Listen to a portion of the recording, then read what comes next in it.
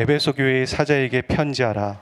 오른손에 있는 7뼈를 붙잡고 7 금 촛대 사이를 거니시는 이가 이르시되, 내가 내 행위와 수고와 내 인내를 알고 또 악한 자들을 용납하지 아니한 것과 자칭 사도라 하되 아닌 자들을 시험하여 그의 거짓된 것을 내가 드러낸 것과 또 내가 참고 내 이름을 위하여 견디고 게으르지 아니한 것을 아노라. 그러나 너를 책망할 것이 있나니 너의 처음 사랑을 버렸느니라. 그러므로 어디서 떨어졌는지를 생각하고 회개하여 처음 행위를 가지라. 만일 그리하지 아니하고 회개하지 아니하면 내가 내게 가서 내 촛대를 그 자리에서 옮기리라. 오직 내게 이것이 있으니 내가 니골라당의 행위를 미워하는도다. 나도 이것을 미워하노라. 귀 있는 자는 성령이 교회들에게 하시는 말씀을 들을지어다. 이기는 그에게는 내가 하나님의 낙원에 있는 생명나무의 열매를 주어 먹게 하리라. 아멘. 계시록의 7교회에 보낸 편지를 한 주간 저녁 기도회를 통해서 말씀을 나누기를 원합니다. 저녁 기도회가 5번이니까 7번이면 오늘 주일부터 5번 또 포함해서 다음 주 주일까지 그렇게 7개의 편지를 함께 살펴볼 수 있을 것 같습니다. 계시록 1장 16절에서 18절에 보면 그의 오른손에 7뼈이 있고 그의 입에 좌우에 날성검이 나오고 그 얼굴은 해가 힘있게 비치는 것 같더라. 내가 볼 때 그의 발 앞에 엎드러져 죽은 자 같이 되매 그가 오른손을 내게 얹고 이르시되, 두려워하지 말라. 나는 처음이요 마지막이니 곧 살아있는 자라. 내가 전에 죽었었노라. 볼지어다 이제 세세토록 살아있어 사망과 음부의 열쇠를 가졌노니. 그렇게 써 있습니다. 이 편지를 쓰는 저자는 하나님이십니다. 우리가 누구나 봐도 알 수 있지만 하나님이시지만, 제가 읽었던 그 18절 끝부분에 보면 내가 전에 죽었노라 이렇게 얘기하는 걸 봤을 때 그분은 또한 동시에 예수 그리스도이십니다. 이 짧은 구절 안에 하나님이시면서 예수님이시고, 또 우리가 읽었던 오늘 말씀의 끝절에 보면 귀 있는 자는 성령이 교회들에게 하시는 말씀을 들을지어다 라고 얘기하는 것처럼, 또 성령께서 말씀하신다고 얘기하는 것처럼 삼위 하나님께서 이 에베소 교회 그리고 소아시아의 7교회에게 편지를 하고 계신 것입니다. 이 편지들에는 일정한 패턴이 있습니다. 처음에는 이 예수님에 대한 묘사가 나옵니다. 앞부분에 보시면 이렇게 나오죠. 오늘 에베소서 말씀에는 7뼈를 붙잡고 7 금 촛대 사이를 거니시는 이가 이렇게 나오고, 예를 들어서 서머나 교회에 대해서는 처음이요 마지막이요 죽었다 살아나신 이가 이렇게 나옵니다. 그러니까 교회마다 묘사가 달라요. 그 이유는 무엇이냐면 그 교회의 상황과 연관이 있기 때문에 예수님의 묘사가 다른 것입니다. 그리고 촛대는 오늘 에베소서 말씀에 보면 촛대는 지역교회이고 별은 리더이니까 이 에베소 편지에 묘사된 예수님이 교회의 주인이며 또 왕이시다라는, 또 교회를 다스리신다는 그런 의미를 담고 있는 것이죠. 다음의 패턴은 무엇이냐면 예수님의 중간평가가 항상 나오고 있습니다. 그러니까 중간평가라는 것은 뭐냐면 이렇게 볼 수 있죠. 여러분 아이돌 그 프로그램에 보면은 본무대 가기 전에 뭐 하냐면 리허설 하고요. 리허설 가기 전에 중간평가합니다. 심사위원들이 객관적으로 평가를 해주는 겁니다. 교회들을 향한 예수님의 최종평가는 천국에서 주어질 것입니다. 하지만 중간평가가 지금 나오고 있는 것이죠. 교회에 중간평가가 있지만 그 중간평가가 결국엔 최종평가가 되는 교회들도 있는 거죠. 그 어떤 교회는 책망이 있고 그 어떤 교회는 칭찬이 있습니다. 어떤 교회는 칭찬과 책망이 함께 있고 어떤 교회는 칭찬은 없는데 책망만 있는 교회도 있었습니다.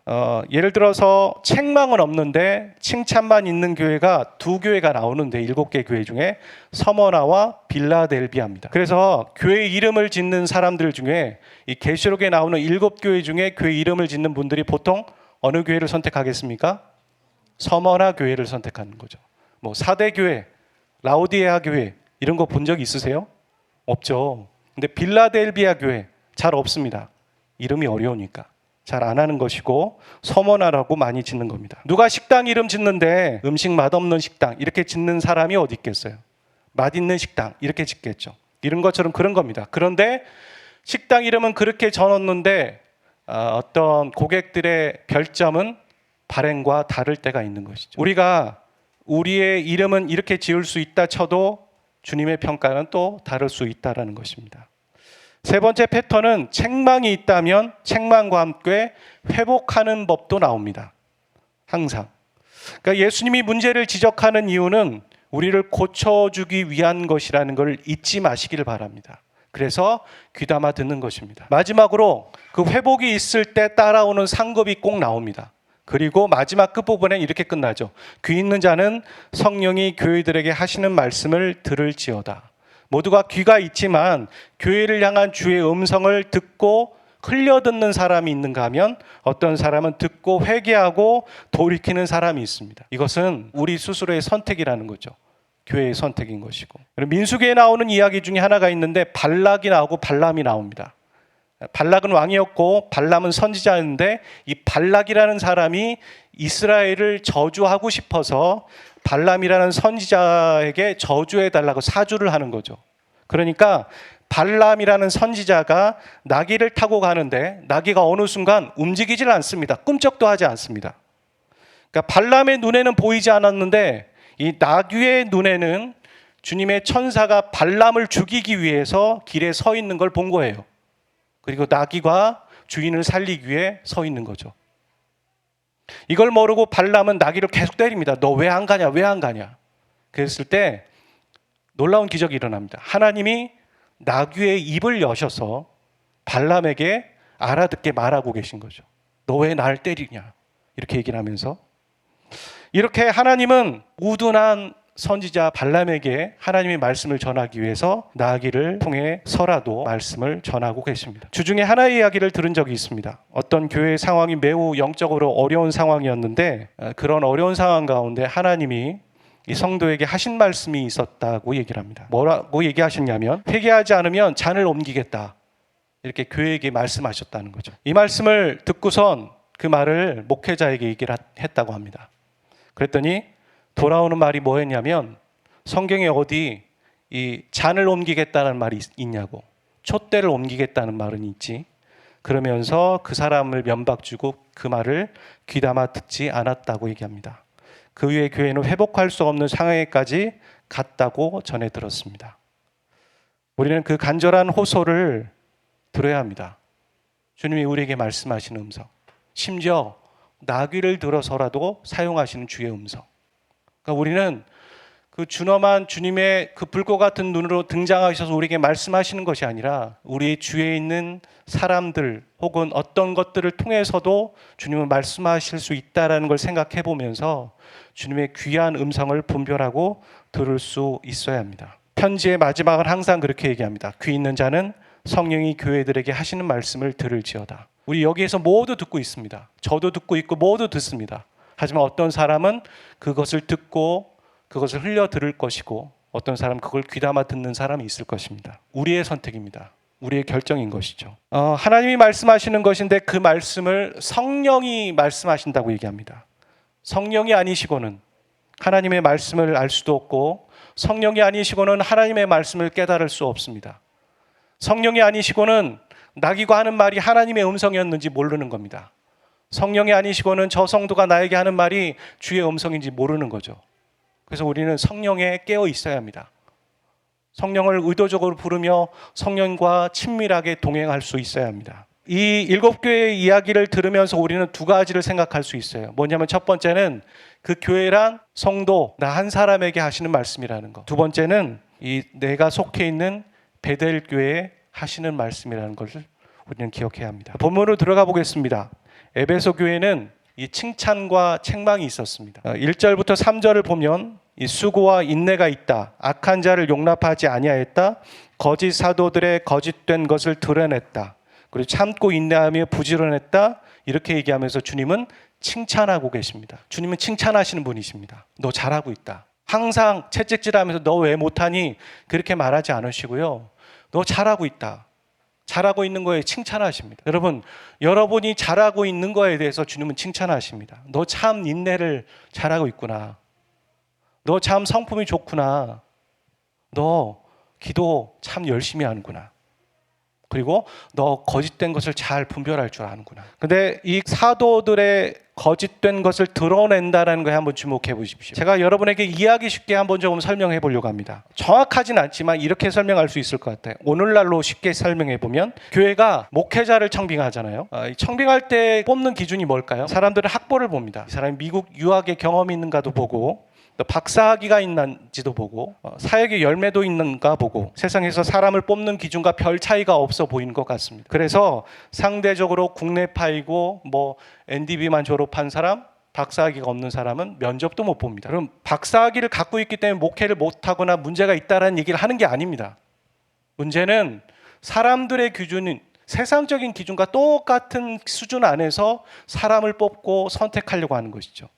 정말 목회에 필요한 정말 중요한 소질과 어떤 인품과 여러 가지 것들은 보지 않고, 또 그 교회가 준비해야 될 기도의 재단을 쌓지 않는 가운데에서 사람을 뽑고 선택하다 보니 인간적으로 어떤 어려움들만 생기기 마련이라는 것이죠. 여러분, 나중에 여러분이 목사를 청빙할 때 꼭 박사학위가 아니라, 혹은 학벌이 아니라 다른 기준, 다른 것들을 생각하시고 기도 많이 하시고 목회자를 뽑으십시오.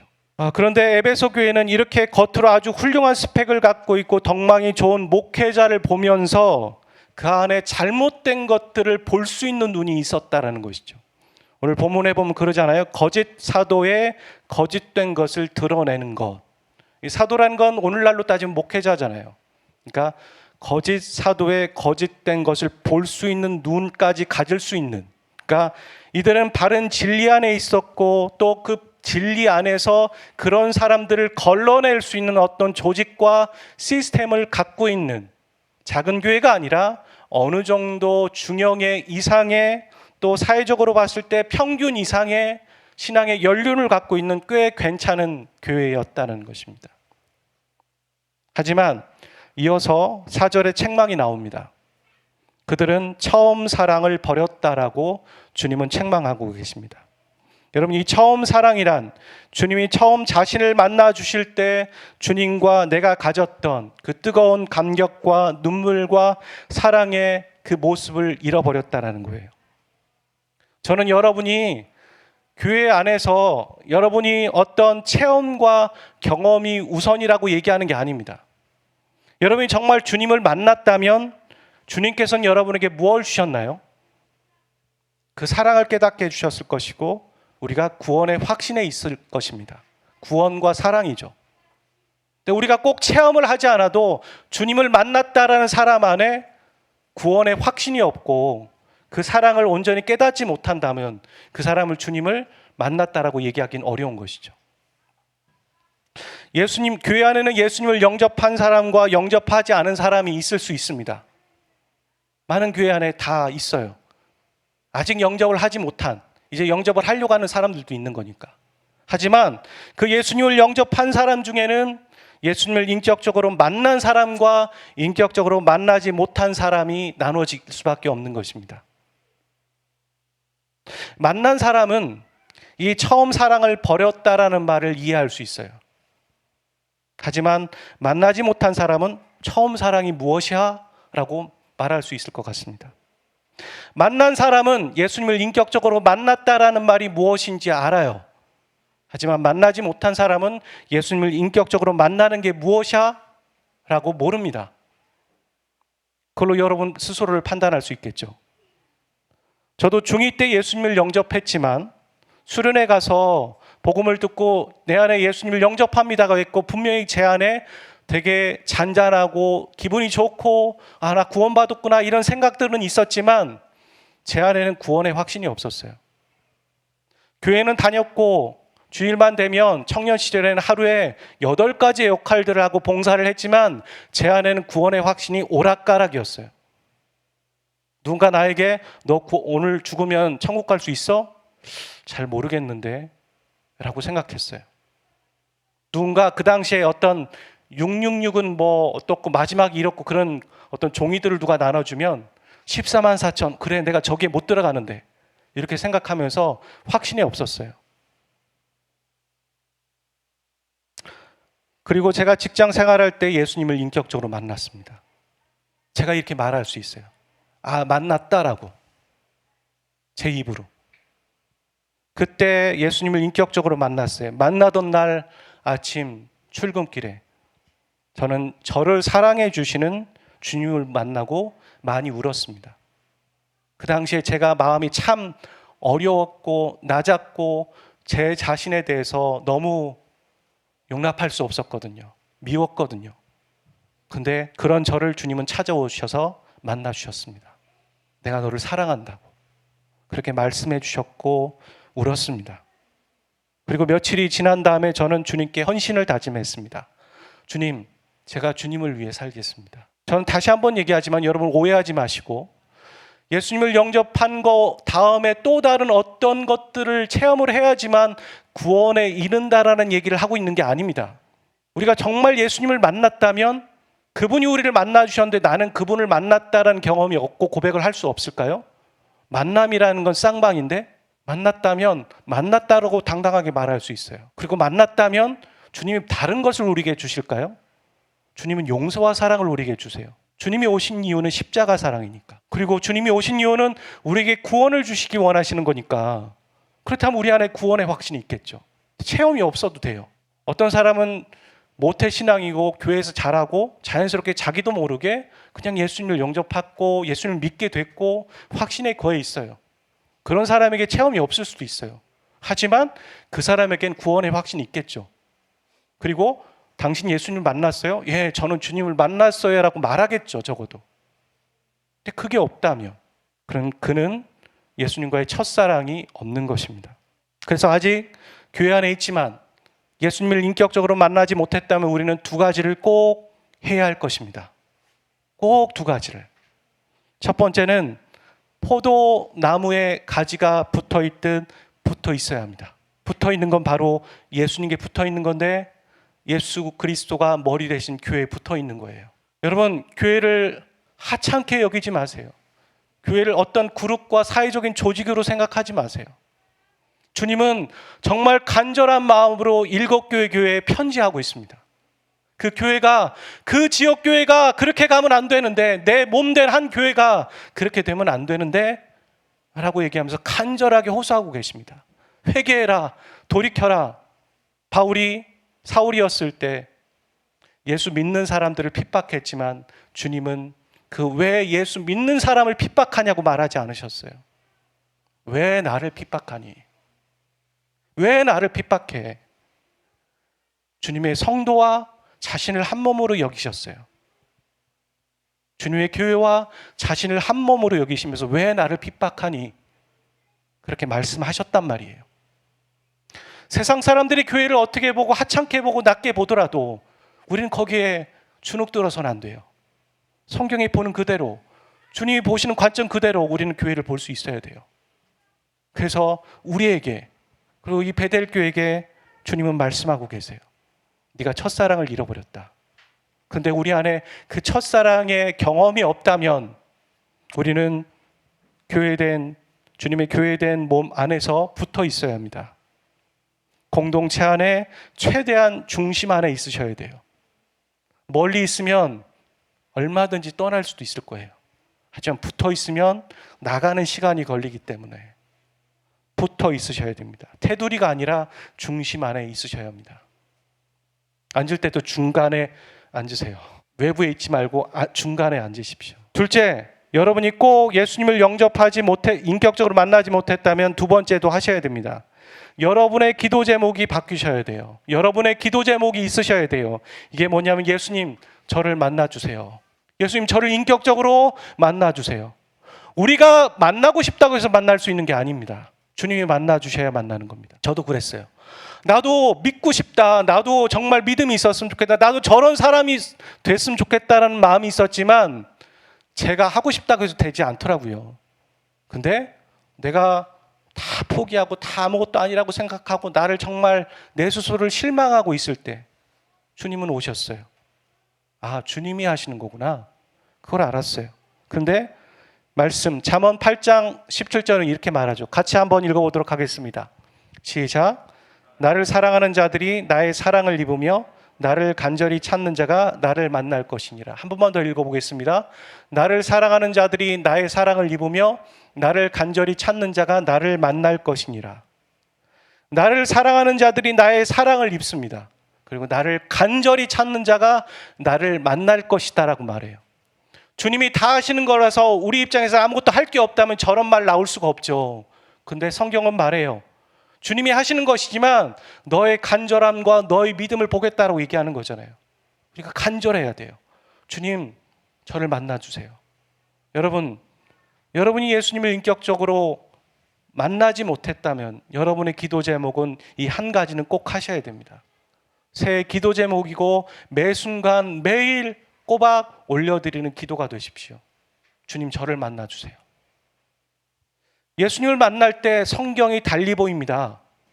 예수님을 만날 때 우리가 머리로 알고 지식으로 알았던 예수님의 십자가의 사랑이 다 이해됩니다. 그래서 비로소 예수님의 사랑으로 원수를 사랑하라는 말이 아니라 행동으로 옮겨지기 시작합니다. 예수님의 십자가만 생각하면 잔잔한 감동이 있습니다. 복음, 그게 뭔지 압니다. 다른 사람에게 복음을 전하기 위한 삶을 살아가기 시작합니다. 그게 바로 예수님을 인격적으로 만날 때 차원이 다른 영적 세계가 열리는 거예요. 우리가 더 나은 삶이 있어요. 신앙에 더 나은 삶이 있다고요. 그래서 우리는 예수님을 인격적으로 만나야 합니다. 이런 말이 있습니다. 타락의 종착은 죄를 짓는 것이지만 타락의 시작은 주님을 향한 사랑이 식는 것이다. 이단과 사꾼 목자를 거를 수 있는 훌륭한 조직과 신학사정을 갖추고는 있었지만 이 에베소 교회 안에는 무엇이 없었냐면 주님을 향한 사랑이 식었어요. 그래서 당연히 성도를 향한 사랑도 없었겠죠. 그런데 주님은 뭐라고 얘기하시냐면 그 사랑이 없는 게 우리가 봤을 때는 2% 부족한 것 같아 보이는데 주님은 100% 부족한 교회라고 말하고 계신 겁니다. 그 증거가 5절에 나오죠. 야, 너희가 회개하지 않으면 내가 촛대를 옮기겠다. 촛대를 옮기겠다라는 말은 더 이상 주님은 그들과 사역하지 않겠다는 거예요. 더 이상 그들과 상의하지 않으시겠다는 거예요. 그래서 예배하는데 성령의 역사가 느껴지지 않아요. 예배 드리고 있는데 아무런 영적 감동이 없어요. 말씀을 읽어도 말씀에 감동이 없는 것이고 회중들 안에 회심의 역사가 없어요. 그건 교회로서는 사형 선고와 같은 겁니다. 아무리 뭐가 없어도, 뭐 집기류가 없어도, 뭐가 부족해도, 돈이 부족해도 예배 드리면 그 은혜가 있고 성령의 충만함이 느껴지고 우리는 살아갈 수 있어요. 근데 아무리 풍족해도, 아무리 사람이 많아도 그 안에 은혜가 없으면 못할 짓이에요. 근데 그들 안에 사랑이 없었기 때문에 이렇게 될 수 있다는 거죠. 어찌 보면 이들은 이미 그것을 경험하고 있는데도 모르고 있을지 모릅니다. 이미 감동이 없고 은혜가 없는데도 그걸 모르고 그냥 살아가고 있는 중인지 모르겠다라는 얘기예요. 문제는 처음 사랑을 잃고도 얼마든지 사람들에게는 평균 수준을 넘는 교회라고 칭찬을 받을 수 있다는 거죠. 사랑이 있을 때는 신앙이지만 사랑이 없을 때는 의무감이고 종교입니다. 이렇게 주님의 평가와 사람들의 평가는 다릅니다. 7교회의 교회 모두가 그렇습니다. 사람의 평가는 괜찮은 것 같은데 주님의 평가는 아니에요. 사람의 평가는 정말 보잘것없고 정말 안 가고 싶은 교회인데 주님의 평가는 칭찬이에요. 사람의 평가가 우선이고 매여 있고 거기에 우선을 두게 되면 주님의 평가에 무뎌지게 되는 거죠. 회복의 방법이 있습니다. 뭐라고 얘기하냐면 회개하라고 말하지 않아요. 5절을 한번 여러분 읽어보시겠어요? 그러므로 어디서 떨어졌는지를 생각하고 회개하여 처음 행위를 가지라. 거기까지요. 그냥 회개하는 것이 아니라 내가 지금 처음 사랑의 행위라고 했잖아요. 그럼 처음 사랑을 회복하는 건 그냥 말로만 하는 것이 아니라 내가 주님을 사랑했었을 때 했던 행동들과 그 모습들이 어디서부터 잘못되었고 어디서부터 그게 그쳐지게 되었는지에 대한 원인을 파악하라는 거예요. 뿌리부터. 지금 행동 고치라는 게 아니라 내가 어디서부터 그게 잘못되었기 때문에 지금 이런 모습일까? 라고 생각해 보면서 그 원인의 뿌리들을 파악하고 그 원인의 뿌리에 대한 회개를 하라는 거예요. 그렇죠? 원인에 대한 뿌리에 대한 회개를 하고 그리고 그 처음 사랑의 행동을 다시 시작하라는 겁니다. 그게 바로 주님의 회복의 길이고 해결책입니다. 우리도 그렇죠. 우리의 많은 행동들의 모습들은 원가정에서 시작되는 부분이 많아요. 모든 게 그렇진 않지만. 그렇다면 우리는 이 행동을 고치기 위해서 혹은 이 상처를 치유하기 위해서 원가정의 상처들의 원인들을 발견하고 그 문제를 주님께 회개하고 주님께 올려드리는 거죠. 똑같습니다. 처음 사랑을 회복하게 되면 자연스럽게 하나님과의 관계가 회복된다라고 성경은 말하고 있어요. 그러면서 마지막은 뭐라고 합니까? 귀 있는 자는 교회들에게 하시는 말씀을 들을지어다. 이렇게 말하고 있습니다. 여러분, 처음 사랑을 경험하셨습니까? 근데 그 사랑, 그것을 여러분이 지금 갖고 그 마음으로 주님 사랑하고 계십니까? 아니면 그 사랑이 잊혀졌습니까? 그래서 행동도 나오지 않고 옛 과거로만 남아 계십니까? 혹은 어떤 분은 주님과의 인격적인 만남을 경험한 적이 없는 분도 있습니다. 우리 모두 각각의 모습들 가운데 해법을 제가 여러분에게 말씀으로 소개해 드렸습니다. 그리고 여러분이 처해 있는 상황에서, 내 영적인 상황에서 내가 어떻게 반응해야 될지도 여러분 아실 겁니다. 이 시간 같이 기도할 수 있기를 원해요. 주님이 이 교회에게 하시는 말씀을 우리가 들으면서 그 촛대가 옮겨진다는 그 두려움을 가지고 우리가 같이 한 번만 뜨겁게 기도하기를 원합니다. 주님 살려주십시오. 주님 저를 살려주십시오. 주님이 지역교회 베델교회를 살려주십시오. 우리 안에 있는 이 첫사랑이 회복되길 원하고 첫사랑의 행동과 행위가 회복되길 원하며 내가 그 첫사랑의 행동이 멈춰져 있던 그 원인들과 잘못들을 주님 앞에 회개합니다. 주님, 제가 주님을 인격적으로 만난 경험이 없습니다. 그래서 그 첫사랑이고 뭐고 그거 말할 수도 없는 상황 가운데 있습니다. 주님, 저를 만나 주십시오. 우리 그렇게 같이 합심해서 뜨겁게 기도하기를 소원합니다. 기도하겠습니다.